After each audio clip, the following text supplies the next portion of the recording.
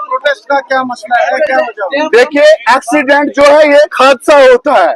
Administration को पता भी है अगर एक्सीडेंट कहीं पर हो वहां पर एम्बुलेंस जो है वो अवेलेबल होनी चाहिए, लेकिन ये नाइंसाफी हर हमेशा जो है मंडी के लोगों के साथ होती है।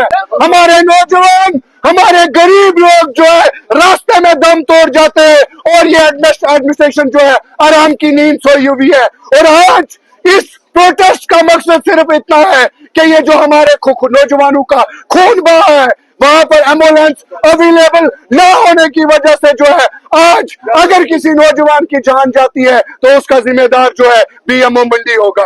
BMO Mandi, BMO Mandi, BMO Poonch, administration Poonch, BMO Mandi, BMO Mandi, BMO Poonch, health department, health department, health department,